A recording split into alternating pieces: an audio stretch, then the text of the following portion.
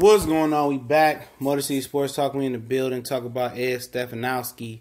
Some news is coming in, or some rumors are coming in. It's your boy CJ Goodfella. First video of the day. I was gonna make this a live video this weekend, but I got caught up in some business.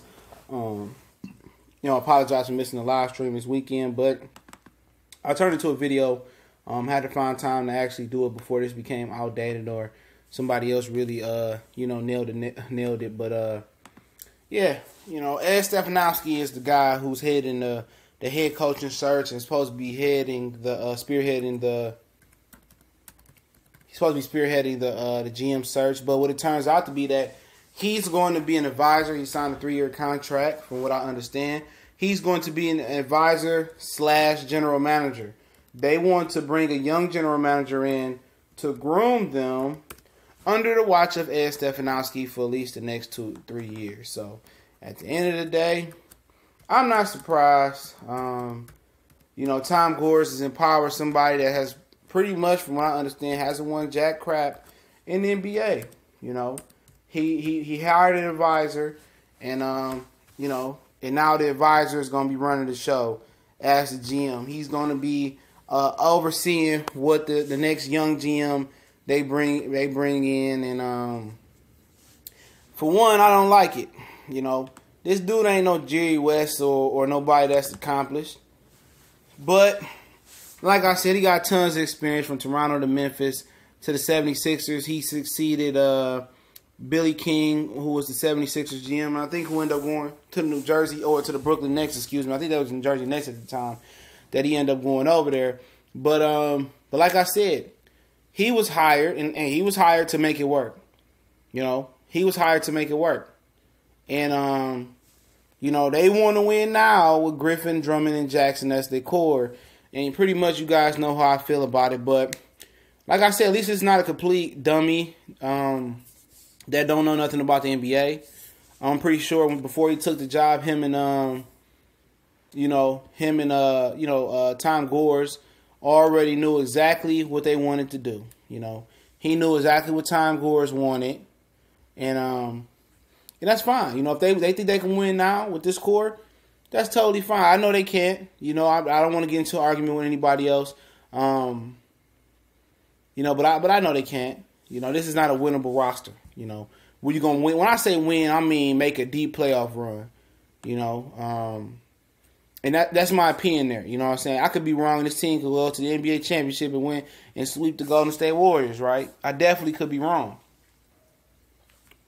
But like I said, I guess if it hits the shitter earlier in the season, then they may have a contingency plan. But this is the guy that's going to be the GM. This is the guy who's going to oversee all the operations. He hired Dwayne Casey. He was integral in bringing Dwayne Casey to Toronto as well. So, now knowing that this dude is running the show, no other candidate, even John Beilein, Ime Udoka, none of these guys have had a chance. None of them had a chance. They tried, but at the end of the day, knowing that this dude had a pipeline straight to the guy who hired him before, Dwayne Casey was going to be that guy. Dwayne Casey ain't a bad fit. If they truly believe that they can win with this roster, Dwayne Casey developed in Toronto, and that could be a blip, more than a trend. Just because you develop players in one area or one team, don't mean you're going to be able to develop the next batch of guys. But Stefanski swears by Dwayne Casey, and now it's no secret that, with this guy running the show, that Dwayne Casey is here. So his what can he do? What can he do? Nothing. Right now, they don't have any cap space. They don't have any draft picks. In the second round, they have a draft pick. And this guy hasn't won anything in the NBA. Let me say that once again. He hasn't won anything. But neither did Joe Dumars when he took over the team, right? So, and Stan Van Gundy had went to the finals, and he couldn't recreate that magic. So, I find it funny that they didn't want to go the traditional route with a GM. But like I told people, man, none of the GMs wanted the gig. And now we're seeing why. Because obviously, they wanted Stefanski to be the GM, basically. But when they wanted to bring in guys like Chauncey, Shane Battier or Kiki Vandeweghe when they was considering, guys that was ready to step into the full-time president / GM role of the team, those guys didn't have creative control. You can't trade Drummond. They don't want you to trade Blake Griffin. You can't trade Reggie Jackson, and everybody else don't have any trade value for real to bring anybody of substance here. So once you handcuffed for the job, why would I come here and fail and put a mark on my resume in a situation where you can't win? So when those guys, they was interviewed like Kiki Ganaway and Chauncey got the word about this and that, you can't do this and that, and people saying, where's the proof? Where's the proof? Here's the proof. The proof is, I had articles and I linked them in the descriptions before. But the proof is, it's the truth. It's the God honest truth. Why do you think Shane Battier pulled out? He didn't want to answer to nobody. He wanted full control. And if he wanted to answer to somebody, he could just stay in Miami, and that's what he did. You can't trade none of these guys. And the guys that you can trade, you still can't trade them, or you ain't going to get nothing for them. And that's what people got to understand with this team. They want to win with this core now. They think this core is good enough. For one, the Pistons are not deep enough to win in this league. They're not deep enough. When they traded them players for Blake Griffin, they took a lot of their depth with them. And then on top of that, you can't bring free agents in. At least ones that's going to make an impact. For two, you got a second-round draft pick. With your drafting history, okay, you can't even draft in the first round. So you have no impact coming in, so it's about development. And you can see that's the angle that they took, development. Casey, development. Assistant GM that's going to learn under Ed Stefanski, development. They trying to develop a team. So Casey got to be responsible for not only developing chemistry between Drummond, Jackson, and Griffin, he has to develop Reggie Jackson as a point guard and hope that it works. But a lot of people know, and I know, it's no help for him. And only that, he got to develop Stanley Johnson. He got to continue to develop Luke Kennard. He got to develop Henry Ellison. He got to continue to develop Reggie Bullock. It's too many players to develop. It's too much to develop right now. It's too much development. He can develop 80% of those and then the other 20% fail and the team not good enough because it don't have the depth. And anybody that knows the NBA these days, you don't want to be a middle of the pack team. And the Pistons have been a middle of the pack team. 8th in the lottery, 9th, 10th, 11th, 12th, on to the 15th pick in the lottery. And they passed up on Devin Booker, Devon Mitchell, Giannis Antetokounmpo, Rudy Gobert. And they passed up on a lot of different guys. Klay Thompson. They passed up on an abundance of guys. And what you have to do, and my premise on this is this. In the NBA, if you're a middle of the pack team, you now have a championship core. You can't attract free agents, which that's the Pistons. You can't attract free agents here. You have to be terrible. You have to be bad. You have to be doo-doo, boo-boo. You have to be the bottom of the barrel to get up in that top 5 of the lottery, and you got to stay there and do it. That's how you do in the NBA. You got to stay there and get players that matter. And once you get Embiid with Ben Simmons, and hopefully you can get a Jason Tatum and don't miss with a Markelle Fultz. Once you get about 2 or 3 of them guys, and you build something nice, then you got players that want to come and be a part of that. Then you get the free agents. Then you got guys that want to win. That's going to take a little bit less.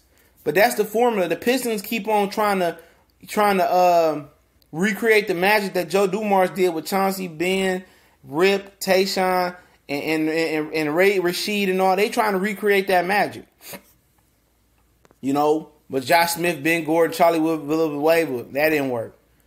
Blake Griffin, Drummond, Tobias, and Avery, and they trying to recreate that magic. They trying to do it on the run and trying to hit the winning lottery numbers. They trying to crack the slot. They trying to hit the jackpot in the slot. And they've been doing that for almost 10 years now. And it hasn't worked. And the only real way to be bad and to get good in this league for the Pistons is to hit the jackpot or tear it all the way down and get high up in that lottery. People say, well, I don't want the Pistons to get up in the lottery and be terrible. They terrible anyway. You missing the playoffs. You missing the playoffs. You get to the playoffs, you get swept. That's terrible. You want to be at the top of the lottery and get a couple of those guys. Then you attract the free agents. Then you start winning. That's how you do it. That's how it started for the bad boys. Being the top of the lottery, getting Isaiah Thomas. Then being fortunate enough to get Joe Dumars, in the lottery. Then everything else, you able to get a Danley. You able to plug it in around there. But you got to have cornerstones to build on. And people think Drummond and Griffin is cornerstone to build on. Maybe 20 years ago. With two good big men. I mean, maybe you have a Duncan and a David Robinson or Sampson and the King. Maybe a couple 20, 30, 40 years ago. But this league right here is a guard-driven league, and you need great guards to be successful. The day of the big man, to be dominant in the league is gone, especially when both of your big men don't post up and they can't defend the rim. Drummond ain't still improving defending the rim yet. So your big man, you can't throw it down to get a bucket. And you go on the other end and Draymond dragging your center out to the three-point line. He ain't agile enough to stay up with him. What's the point of having a big man then if he can't punish you with his back to this basket and he can't defend the rim?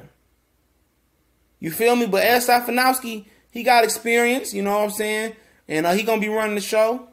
I'm not surprised at what Tom Gordon, he doesn't know nothing. He don't know nothing about nothing. And I said this dude is the James Dolan, the second James Dolan in the Eastern Conference. And people get mad when I say it. But don't come back and crying and bitching, excuse my language, this season, if it don't work. Or in the future if it don't work. Oh, man, I thought Drummond and Griffin. I don't want to hear it. Don't come back and apologize, say you was wrong. I don't want to hear it. If I'm wrong, I come back and say, you know what? Your boy Motor City Sports Talk was wrong. But I'm telling you how to build a team in the NBA in today's age. Especially with the draft that you got coming up next year, you want to be terrible, my Charles Barkley voice. You want to be terrible. You want to get up in there and get some of that talent. You don't want to get the second batch of talent because we've already proven the Pistons can't scout talent. They'd have missed, at the plate, more than your pitcher in the NL trying to hit a home run in the ninth inning. You know what I'm saying? But I definitely appreciate it, man. Hopefully we can squeeze one more video in tonight. Motor City Sports Talk. Might come back and talk some Lions fairly quickly. In probably the 30, 20 minutes, possibly an hour if I can get around to it. Definitely blessed to be able to reach 1,000 subscribers, and that's thanks to you guys for sharing the videos and subscribing and finding the content. Continue to share it. Don't forget we on Facebook and Instagram. Those links in the description. Please click those so we can get this started over there. But you know what it is? It is what it is. The man of the hour is Ed Stefanski. The guy that's really running the show for the Pistons, and right up under Tom Gore's reporting Tom Gore's. So continue. Let me know what y'all think. About the video and about some of the comments. And Ed Stefanski. We out.